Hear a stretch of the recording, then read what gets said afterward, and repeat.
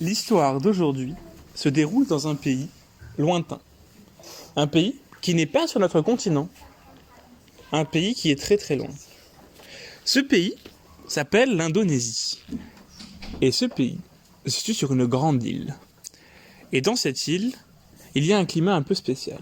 C'est tropical. Il y a de belles jungles, de très belles jungles, très denses, avec beaucoup d'arbres, beaucoup de faune, de flore, beaucoup de petits insectes, d'animaux, de singes, des tigres même, certains, des ours, plein d'animaux. C'est très sauvage, très très beau.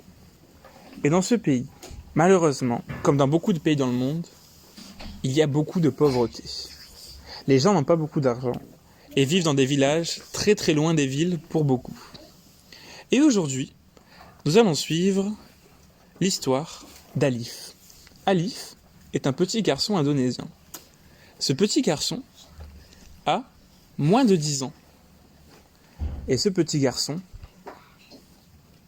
adore l'école. Il adore l'école car dans sa vie, c'est la seule chose à laquelle il peut s'accrocher. Le petit Alif vit dans un village très très loin de la ville. Il vit très très loin. Et ses parents travaillent dans une rizière. C'est comme des fermiers, sauf que eux, ils font pas pousser du blé, ni du maïs, mais ils font pousser du riz. Sauf que le riz, ça coûte pas très cher. Et donc, ça ne se vend pas très cher. Autant vous dire que la famille d'Alif n'est pas très riche. Et même, elle est très très pauvre. Le petit Alif vit dans une petite maison, faite de tôle.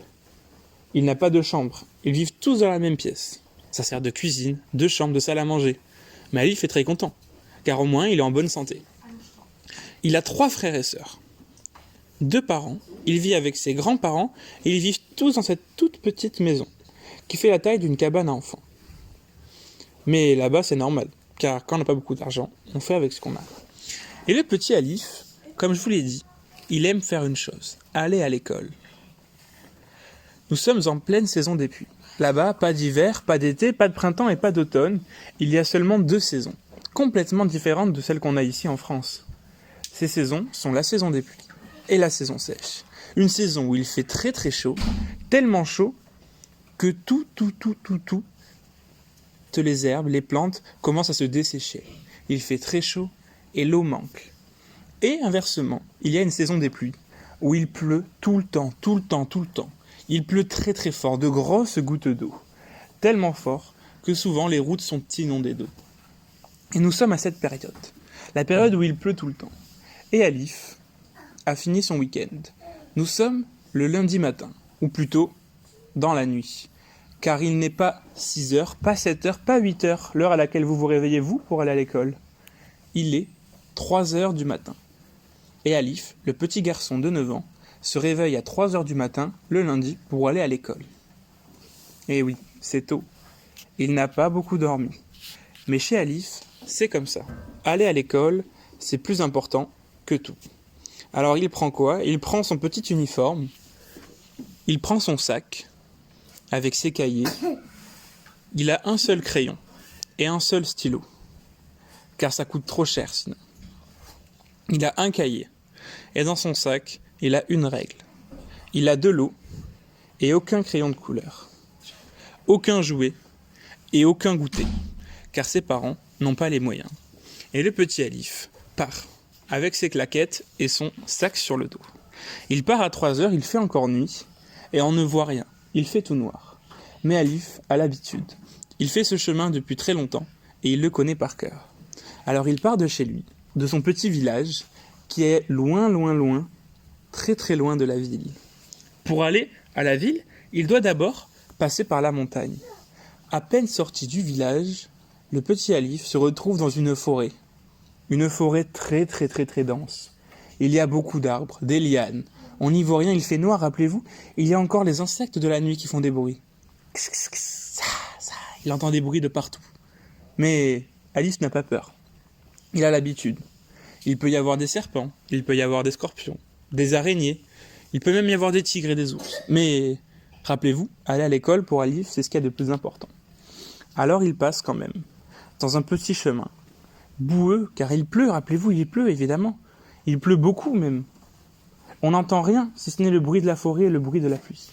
Alors il passe, dans ce petit chemin boueux, en pleine nuit, tout seul, à 9 ans, au milieu des animaux, et traverse la forêt. Il traverse la forêt, et puis petit à petit, ça commence à monter, à monter, à monter. Et oui, il faut passer par la montagne. Alors il passe par la montagne. Le petit garçon de 9 ans, après 1 heure à passer dans la forêt, monte. Une petite randonnée. 1 heure à monter dans la forêt. Dans la jungle même. Il passe. Il descend la montagne, c'est bon. Il a traversé le premier obstacle. Il est maintenant 5 heures. Et l'école commence à 10 heures. Il lui reste 5 heures pour arriver jusqu'à l'école. Alors qu'est-ce qu'il fait ? Il continue, évidemment, sur une si bonne lancée. Il a de la chance, il pleut un peu moins. Ça devrait être plus facile d'avancer. Alors il continue, il passe entre les petits villages, marchant au bord des rizières, et puis il doit traverser une petite rivière.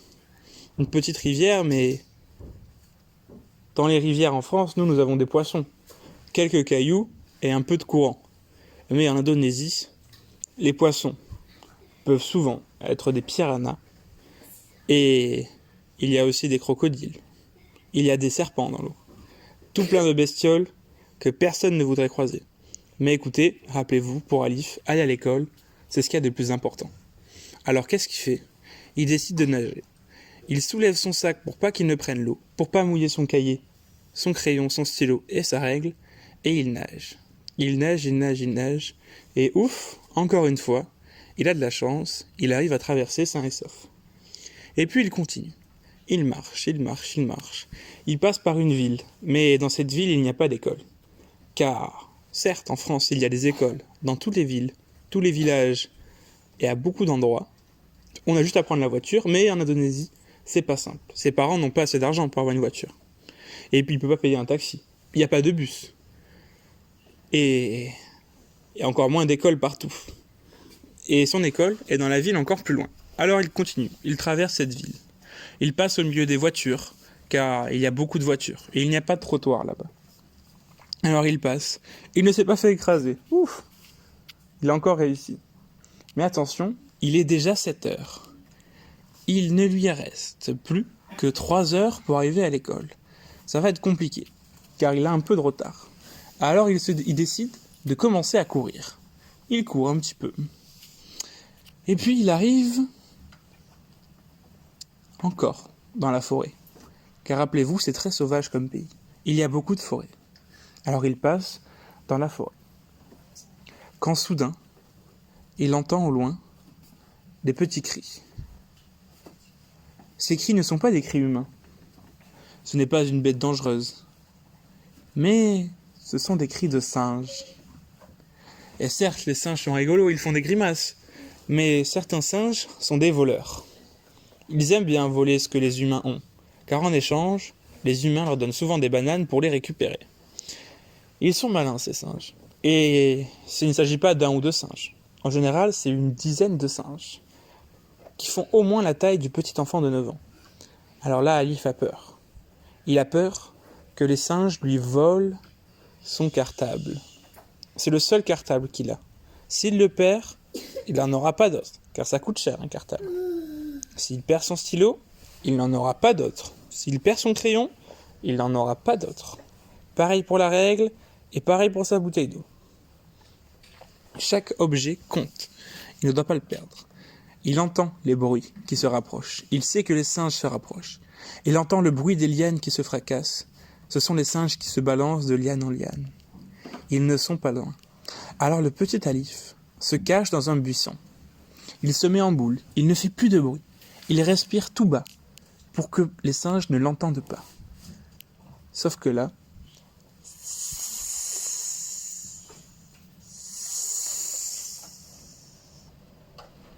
un serpent.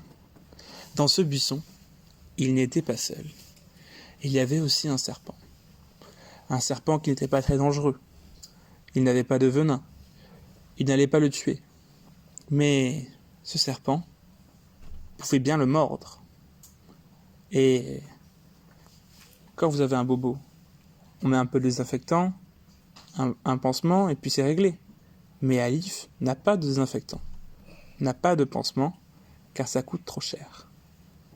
Sa blessure peut vite devenir très très grave. Alors il croise les doigts en espérant que le serpent le laisse tranquille. Le serpent s'éloigne. Les singes sont passés, c'est bon, il peut sortir. Mais le temps est passé, et rappelez-vous, il est en retard. Alors il court à travers la forêt. Il tombe, il trébuche sur une racine, il se relève, il continue à courir. Car rappelez-vous, pour Alif, le plus important, c'est d'arriver à l'école. Alors il continue, et puis il réfléchit. Des fois, il se dit, c'est dur. J'ai traversé une rivière, j'ai failli me faire manger par un crocodile, j'ai failli me faire voler mon sac par des singes, j'ai failli me faire mordre par un serpent, j'ai failli me faire écraser par des voitures, j'ai failli me perdre dans la forêt. Il aurait pu m'arriver plein de choses. Est-ce que ça vaut vraiment le coup d'aller à l'école ? Puis il réfléchit, et puis il se dit que s'il va à l'école, il sera une personne intelligente, qu'il pourra après faire des études, avoir un vrai métier. Un métier qui puisse aider sa famille, avec laquelle il pourrait donner de l'argent à ses parents, pour qu'il puisse s'acheter peut-être une voiture, et puis peut-être qu'il puisse vivre un petit peu mieux, et puis que lui aussi puisse avoir des enfants, à qui eux pourront aller à l'école en habitant dans la ville, et pas dans un village qui est très très loin. Il se dit que il faut qu'il aille à l'école, car il veut réussir. Alors qu'est-ce qu'il fait ? Avec son courage à deux mains, il continue, un pied devant l'autre, il ne s'arrête pas. Il continue, il arrive enfin dans la grande ville. C'est la ville la plus grande de sa région. Il pleut encore. Il pleut tellement qu'il a du mal à voir où il va. Mais il y va quand même. Il connaît l'itinéraire, ça devrait aller. Il continue, et il arrive devant une grande porte en bois. C'est celle de l'école. Il rentre, et dans son école, il n'y a pas de cours de récréation.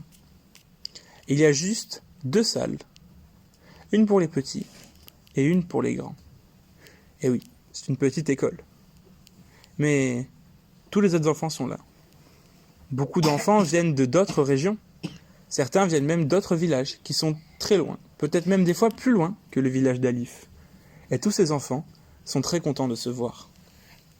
Non seulement parce qu'ils n'avaient pas vu leurs copains depuis longtemps, mais surtout parce qu'ils sont à l'école, qu'ils vont apprendre plein de choses pour pouvoir devenir des personnes intelligentes, pour pouvoir avoir un bon métier et pour pouvoir aider leur famille. Ils sont là car ils ont envie d'apprendre, ils ont envie de comprendre le monde, ils ont envie de comprendre ce qui les entoure et ils veulent devenir grands. Et pour eux, l'école, c'est ce qu'il y a de plus important. Alors Alif va aller à l'école toute la journée. Le midi, il ne mangera pas, car il n'a pas de goûter, il n'a pas de pique-nique, et il n'y a pas de cantine à l'école. Ensuite, le soir, il va dormir dans l'école. Il y a une petite salle où tous les garçons et toutes les filles qui veulent dormir peuvent dormir par terre. Ils prennent un bout de tissu, ils le mettent par terre et ils dorment, à même le sol. Il passera toute la semaine à dormir à l'école. Il ne rentrera pas chez lui de la semaine. Il ne verra pas son papa et sa maman, ni ses grands-parents et ses 3 sœurs. Alif restera à l'école avec ses copains toute la semaine. Et puis le vendredi, à la fin de la semaine, il ne rentrera pas tout de suite. Il fera un petit détour. Il ira chez un oncle qui vend des journaux. Et puis cet oncle lui donnera des journaux. Et Alif ira les vendre. Car Alif, faut bien qu'il ramène quelques petites pièces pour aider sa famille. Alors même s'il a 9 ans, en Indonésie, il arrive très souvent que les enfants travaillent. Alors il va vendre quelques journaux, et puis il est déjà très tard, 1h du matin. Il fait nuit, et Alif va devoir rentrer à la maison. Après avoir travaillé toute la semaine à l'école, après avoir dormi par terre, après avoir même vendu des journaux le soir jusqu'à 1h du matin. Il est très fatigué, il a mal au dos, il a mal aux pieds, mais il va quand même rentrer. Car il doit aller voir sa famille pour leur donner les quelques pièces qu'il a réussi à récupérer. Avec ça, ils pourront acheter à manger pour toute la semaine. Ils pourront aussi acheter de l'eau pour irriguer les champs. Et ils pourront peut-être acheter de nouveaux vêtements à Alif. Alors il continue, il refait le même chemin qu'il a fait, mais dans l'autre sens. Et puis il rentre chez lui. Et une semaine de plus passée pour Alif. Des semaines comme ça, il y en a tout le temps dans l'année. Chaque semaine se passe exactement pareil.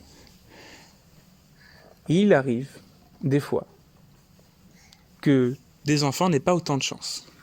Car Alif n'a eu aucun problème. Mais c'est très dangereux. Tout ça pour vous dire que vous avez une grande chance d'aller à l'école. Que vous vous réveillez le matin, prenez votre petit-déj, vous venez en bus, en vélo ou en voiture, et puis vous êtes à l'école. Ou à pied. Ou à pied. Et puis vous faites la même chose dans l'autre sens. Oui, le vélo. Je l'ai dit. Donc vous avez beaucoup de chance. Chut. Vous avez beaucoup de chance d'être à l'école. Vous avez beaucoup de chance de ne pas dormir par terre, d'avoir de superbes lits, d'avoir de belles couettes, d'avoir de beaux coussins, de beaux doudous, de pouvoir manger à la cantine le midi, ou même rentrer à la maison. Alors profitez de ça et faites une bonne sieste. C'est la fin de cette histoire.